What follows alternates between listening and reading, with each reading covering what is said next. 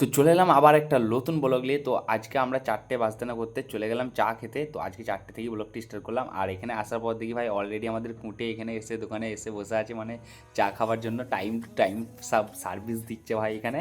আর আমাদের দেখতে পাচ্ছ ডন বানেগা জন উধার बैठ में অর্ডার দে রে খানে के लिए। তো তার জন্য আমিও একটা এখানে ইডিয়াপাম নিয়ে নিলাম। তো গাইস হ্যাঁ, এটার নাম হচ্ছে ইডিয়াপাম, মানে কেরালার নাম বুঝতেই পারছো। আর এটা খেতে খুবই সুন্দর লাগছে। আর ডন ভাই ওকে একবারই সব ভরে দিল। তো আমি এখানে একটু হাসতে হাসতে খেলতে খেলতে চাটা খেয়ে নিলাম। আর এইখানে কাজের সাইডে আসার পর দেখছি ভাই এখানে সবাই মিলে রেস্ট লিখছে। ভাই কত রেস্ট নিবি। আর এখানে আমরা চলে এলাম কাটটা কাটতে আমাদের ডন মিস্ত্রিকে নিয়ে। আর এখানে মমজিদ কাটটা আসছে হাসতে হাসতে, ভাই অত দাঁত খেলাও না। আর এখানেও ভাই দেখি ভাই সে একই হাল, কি বলবো। তো চলো এখানে অনেক কাজ করলাম, এখান থেকে আবার আমাকে অন্য সাইডে যেতে হবে। তো আমি আর আমাদের আজজুল ভাই চলে গেলাম গাড়ি করে অন্য সাইডে। ভাই কি বলবো, আমাদের বলার কিছু নাই, কপালটা পুরো খারাপ আজকে। তো গাড়ি করে যাওয়ার পথে সামান্য একটু হালকা করে ডিজেল ভরে নিলাম গাড়িতে।